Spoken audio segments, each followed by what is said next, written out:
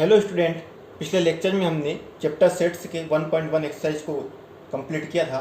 आज हम 1.2 एक्सरसाइज को देखेंगे। इसके पहले कुछ बेसिक सी डेफिनेशन आपको मैं बता देता हूँ। सबसे पहली डेफिनेशन की बात करेंगे हम। इम्पटी सेट क्या होता है? A set which does not contain any element. ऐसा सेट जिसमें एक भी एलिमेंट नहीं हो, इट्स कॉल्ड इम्पटी सेट। उसी को बोला जाता है नल सेट और उसी को बोला जाता है वॉइड सेट। देखिए, इम्पटी सेट को हम क्या क्या बोल सकते हैं? इम्पटी, नल और वॉइड सेट, तीनों ही नाम आपके इम्पटी सेट के ही है। Is denoted by the symbol phi, या फिर आपको इस प्रकार से अपना जो मिडिल ब्रैकेट है उसकी सहायता से आप उसमें शो करेंगे जिसमें एक भी एलिमेंट आप नहीं लिखेंगे। तो यह ऐसा सेट क्या होता है, आपको याद रखना है, इम्पटी सेट होता है। नेक्स्ट हम बात करेंगे फाइनाइट और इनफाइनाइट सेट की। फाइनाइट सेट क्या होता है? Set which consist of definite number of element is called finite set. तो नाम से स्पष्ट हो रहा है, ऐसा सेट जिसमें हम एलिमेंट को फाइंड कर सकते हैं, कुल मिला के हम यहाँ पे गिन सकते हैं उन एलिमेंट्स को, उसे क्या बोलेंगे? आप फाइनाइट सेट बोलेंगे। इनफाइनाइट मीन से क्या? A set which consist of infinite number of element is called infinite set. ऐसा सेट जिसके एलिमेंट्स को हम सिंपल सी भाषा में गिन नहीं सकते हैं, ठीक है, पता नहीं कर सकते कि आखिर इसके अंदर कितने एलिमेंट है, उसे आप क्या बोलेंगे? इनफाइनाइट सेट बोलेंगे। एग्जाम्पल इसलिए नहीं दे रहा हूँ क्योंकि पूरा एक्सरसाइज एग्जाम्पल से भरा हुआ है, वहाँ पे हम बहुत सारे एग्जाम्पल सेट्स के देखेंगे। नेक्स्ट हम बात करेंगे इक्वल सेट की। इक्वल सेट क्या होते हैं? Two sets and B are said to be equal if they have the exactly the same element. दो सेट रहेंगे जिनमें एलिमेंट की संख्या अगर आपस में इक्वल रहेगी, दोनों के एलिमेंट सेम रहेंगे, तो हम उसे क्या बोलेंगे? इक्वल सेट बोलेंगे। अब हम एक्सरसाइज की बात करेंगे। एक्सरसाइज 1.2 का हम क्वेश्चन नंबर फर्स्ट की बात करें, जिसमें आपको 4 क्वेश्चन दिए गए। क्वेश्चन नंबर फर्स्ट आपसे पूछ रहा है कि which of the following are the example of the null set. ये 4 एग्जाम्पल आपको दिए गए हैं। इसमें यहाँ पूछा है उसने कि कौन कौन से नल सेट के एग्जाम्पल ही आपको बताना है। Null means empty set, void set. तो पहला एग्जाम्पल हम देखते हैं। यहाँ पर पहला क्वेश्चन नंबर फर्स्ट में जो पहला क्वेश्चन आपको दिया गया है, set of odd natural number divisible by 2। अब देखते हैं हम यहाँ पर इसको सोल्व करने की कोशिश करिए तो ऑड नेचुरल नंबर आपके होते क्या क्या है। Odd natural number 1, 3, 5, 7। तो देखिए, जो भी नंबर मिल रहे हैं आपको डिविजिबल बाय 2, 2 से डिवाइड हो रहे हैं क्या? कोई सा भी नंबर 2 से यहाँ पर डिवाइड नहीं होगा। डेट मीन से क्या हुआ? ये किसका एग्जाम्पल है? Yes, this is example of null set, empty set हुआ। अगला बोलता है set of even prime number. अब आपको वहाँ सेट देखना इवन प्राइम नंबर का, तो यहाँ पे देखते हैं ये नल सेट है कि नहीं। तो हम यहाँ देखते हैं कि prime number, even prime number क्या होते हैं? देखो 2 आपके पास एक एलिमेंट मिल गया। Set of even prime number की बात करें तो इवन प्राइम नंबर क्या होता है? 2 होता है। मतलब यहाँ पे इसका जो एलिमेंट है इसमें अंदर क्या आ जाएगा? 2 आ जाएगा। मतलब ये तो नल सेट नहीं हुआ। Yes, no, this is not a null set, यानी ये नल सेट नहीं है। अगले की हम बात करें कि x is a natural number. यहाँ पे एक्स कैसा है आपका? एक्स 5 से छोटा है, यानी 1, 2, 3, 4 है। और एक एक्स कैसा है आपके पास? 7 से बड़ा, यानी 8, 9, 10, 11 जो भी रहेगा। अब देखिए, इसमें कुछ सेम एलिमेंट है क्या? कोई सा ऐसा पेयर बन रहा है क्या? नहीं बन रहा है, सब अलग अलग है यहाँ पर। यानी इसमें कोई सा भी एक एलिमेंट आपके अंदर नहीं आएगा इस सेट के अंदर, इसलिए हम क्या लिख देंगे? Yes, this is a null set. अगले की बात करें अगर हम, तो y is a point common to any 2 parallel line. तो हमें पता है कि पैरेलल लाइन किस प्रकार से होती है? ये ऐसे होती है। और देखिए, इसमें कोई सा भी पॉइंट पैरेलल, कोई सा भी पॉइंट कॉमन होता है क्या? दोनों लाइन सेपरेट होती है, कोई सा पॉइंट इसमें कॉमन नहीं होता। तो ये भी क्या है? Yes, this is a example of null set.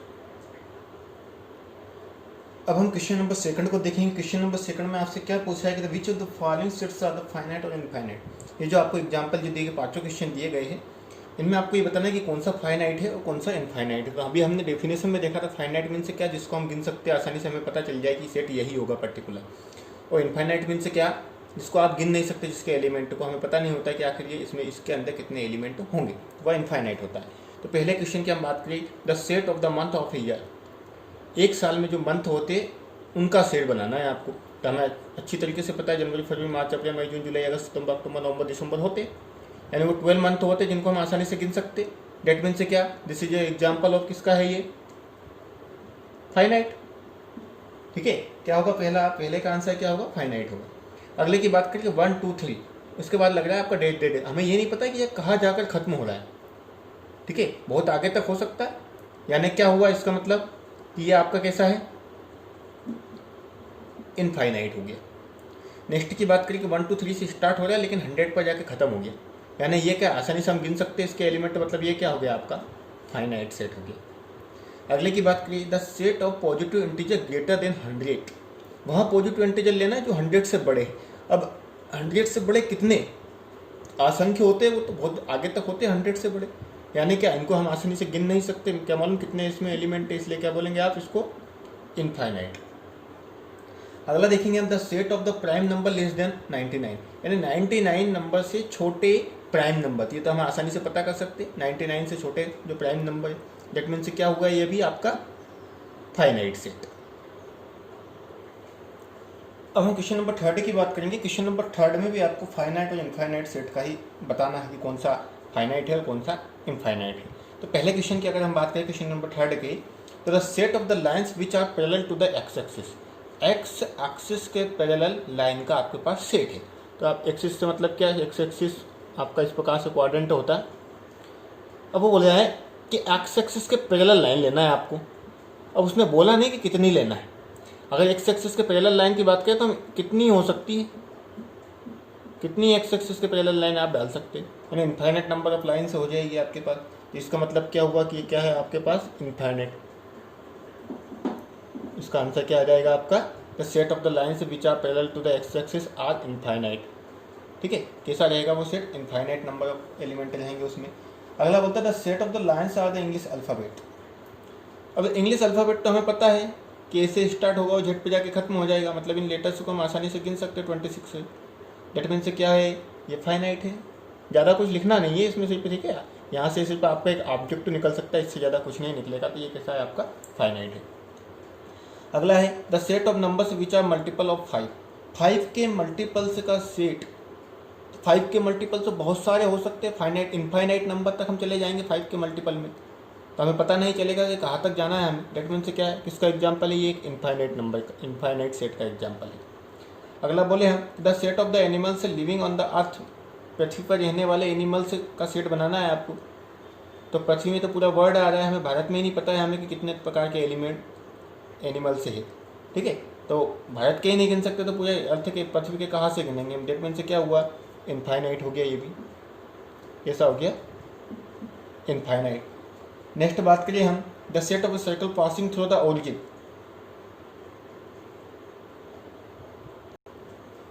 Sorry आपका 4th नंबर वाला क्या होगा फाइनाइट होगा। कैसे होगा, देखो एनिमल्स लेना है आपको, तो पर्टिकुलर एनिमल्स तो फिक्स है ना, कि जितने भी पूरे वर्ल्ड में एनिमल है ना पर्टिकुलर रहेंगे, फिक्स रहेंगे। अंक की बात करेंगे तो कहाँ तक जाते तो बहुत ज़्यादा अंक तक जाते हैं, लेकिन एनिमल्स हम आसानी से पता कर सकते हैं। ठीक है, पूरे वर्ल्ड के जो एनिमल्स का जो सेट बनेगा तो वो क्या बनेगा आपका फाइनाइट बनेगा।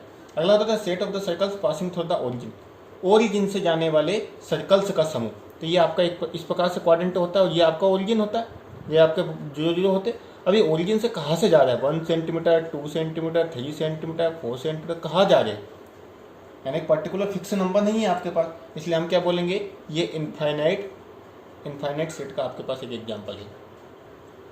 अब हम क्वेश्चन नंबर 4 देखेंगे। क्वेश्चन नंबर 4 में दिया गया in the following sets whether a equal to B और नॉट। आपको यहाँ देखना है कि कौन से में a इक्वल टू बी है अथवा कौन से में a इक्वल टू बी नहीं है। सिंपल सा क्वेश्चन। सर्वप्रथम क्वेश्चन नंबर 1 की बात करिए तो जो a में आपको एलिमेंट्स जो दिए गए हैं a b c d दिए गए, b में देखते हैं a b c d, b में भी वही एलिमेंट है। ठीक है, डेट मीन से क्या हुआ इक्वल एलिमेंट है दोनों में, तो हम क्या बोल देंगे यहाँ a इक्वल टू बी है। अगले में बात करते हैं हम, अगले में एलिमेंट्स देखेंगे यहाँ पे 4 8 12 16। यहाँ देखते हैं 4 8 अब 16 भी है लेकिन 12 नहीं है, यहाँ 18 है और यहाँ 12 है। डेट मीन से क्या हो गया कि a not equal to B.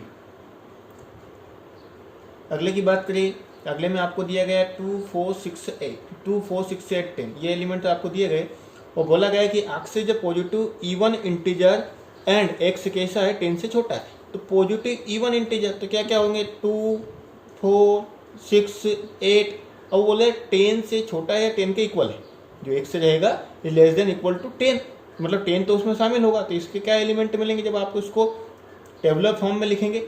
ठीक है। ये रास्टर फॉर्म में लिखेंगे तो आपको यही एलिमेंट मिलेंगे, यही एलिमेंट है, दोनों एलिमेंट कैसे सेम है।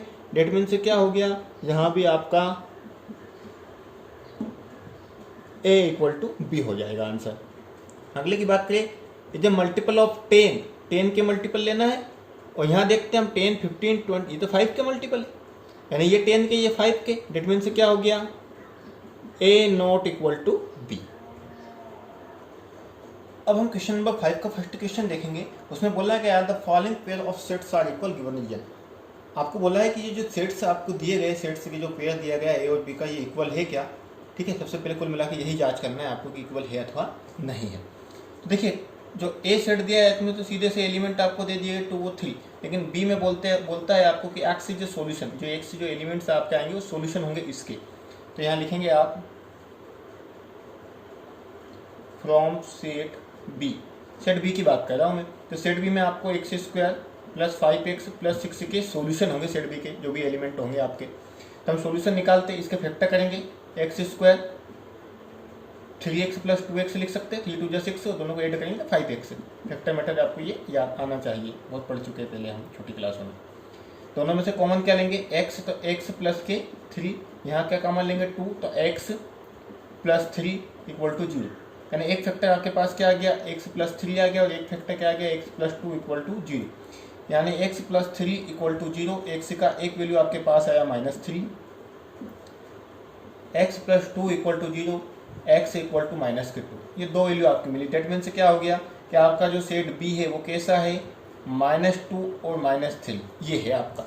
तो देखिए a और b आपस में इक्वल है क्या, नहीं है, तो हम लिख देंगे therefore a not equal to b। इसका रीजन क्या है हमने क्लियर किया यहाँ पर। क्वेश्चन नंबर 5 का ही सेकंड क्वेश्चन यहाँ पे हम देखते हैं। इन दोनों के हम देखते हैं कि यहाँ पे आपस में इक्वल हो रहे हैं ए बी अथवा नहीं हो रहे हैं। देखिए, दोनों ही जो आपको दिए गए ए और बी, दोनों ही जो सेट दिए गए वो सेट बिल्डर फॉर्म में आपको दिए गए। दोनों को ही हम क्या करेंगे, रोस्टर या टेबुलर फॉर्म में लिखेंगे। यहाँ पे क्या लिखेंगे, सबसे पहले फ्रॉम सेट ए की बात करो, तो अगर ए को मैं रोस्टर या टेबुलर फॉर्म में लिखूँ तो कैसे लिखूँगा, एफ कामा से हम सेपरेट करेंगे प्रत्येक वर्ड को, प्रत्येक एलिमेंट को, एफ ओ एल। अब एल आ चुका इसलिए एल को डबल नहीं लेना, ओ भी आ चुका इसलिए नहीं लेना, लास्ट में क्या ले लेंगे हम, डब्ल्यू। इसी प्रकार से फ्रॉम सेट बी का आप टेबुलर फॉर्म लिखिए, डब्ल्यू ओ एल एफ। अब दोनों एलिमेंट की आप तुलना कीजिए, W भी है आपके पास, L भी है, O भी है और F भी है। डेट मीन से क्या हो गया, therefore A equal to B। यहाँ A और B कैसे होंगे आपके, इक्वल सेट्स होंगे। क्वेश्चन नंबर 6 में आपको सेट्स दिए गए बहुत सारे, जिसमें आपको बताना है कौन कौन से इक्वल सेट है आपस में, उनका आपको पेयर यहाँ पर बताना है। तो हम A से स्टार्ट करते हैं। A में आपको दिया गया 2 4 8 12। तो देखिए, इनमें से किसी भी सेट में आपको 2 4 8 12 दिख रहा है क्या, मिल रहा है कहीं पर, तो मैं देखूंगा कि किसी भी सेट से में आपको 2 4 8 12 नहीं मिलेगा। डेट मीन से क्या हुआ, अगर हम पहले की ही बात करें, लिखना चाहे आप डायरेक्टली आंसर भी लिख सकते, कोई प्रॉब्लम नहीं, थोड़ा सा समझाने के लिए मैं आपको बता रहा हूँ। A not equal to B है, A not equal to C, A not equal to D, A not equal to E, A not equal to F, A not equal to G है, और A not equal to H, यानी A किसी के equal नहीं है। पहली condition की बात हुई। हम बी की बात करते हैं, सेट बी को देखते हैं। अब यहाँ पर सेट बी में 1 2 3 4 है। 1 2 3 4 देखिए कहीं पे दिख रहा है क्या आपको, यहाँ भी नहीं है, इसमें भी नहीं, लेकिन देखिए डी वाले सेट में आपको 1 2 3, तो आप चाहे डायरेक्टली लिख सकते हैं कि बी इक्वल है आपके डी से। क्यों, क्योंकि 1 2 3 4 है, यहाँ भी 1 2 3 4 है। नेक्स्ट हम बात करते हैं सी की। सी में आपको 4 8 12 14 दिख रहे हैं, आप देखेंगे कहीं पर भी आपको 4 8 12 14 नहीं मिलेगा, मतलब सी किसी के इक्वल नहीं है। नेक्स्ट बात आती है आपकी डी की, तो डी तो बी के इक्वल हो गया है, खत्म हो गया यहाँ पर। ई की बात करते हैं हम, सेट ई की। तो सेट ई में आपके पास -1 और 1 एलिमेंट है। यहाँ देखिए जी में आपको -1 और 1 एलिमेंट मिल गया। डेट मीन से क्या हो गया आपका, जो ई है वो किसके इक्वल है, जी के इक्वल है। एफ में देखिए 0 और ए है, 0 ए कहीं पर दिख रहा है क्या सेट में, नहीं दिख रहा है, यानी एफ किसी के इक्वल नहीं है। जी तो हो गया हमारा ई के इक्वल, और लास्ट में बनता H0101 भी कहीं दिख रहा है क्या? नहीं दिख रहा। तो इसका आंसर क्या है कुल मिला के कि B इक्वल है, स्पेयर जो आपको दिए गए, जो पूरे सेट जो दिए गए उनमें B इक्वल है DK और E इक्वल है GK, इसके अलावा कोई आपस में इक्वल नहीं है। तो इस प्रकार से एक्सरसाइज 1.1 यहाँ पे हमारी क्लोज होती है। नेक्स्ट लेक्चर में हम 1.3 एक्सरसाइज को करेंगे। आज के लिए इतना ही। Thank you.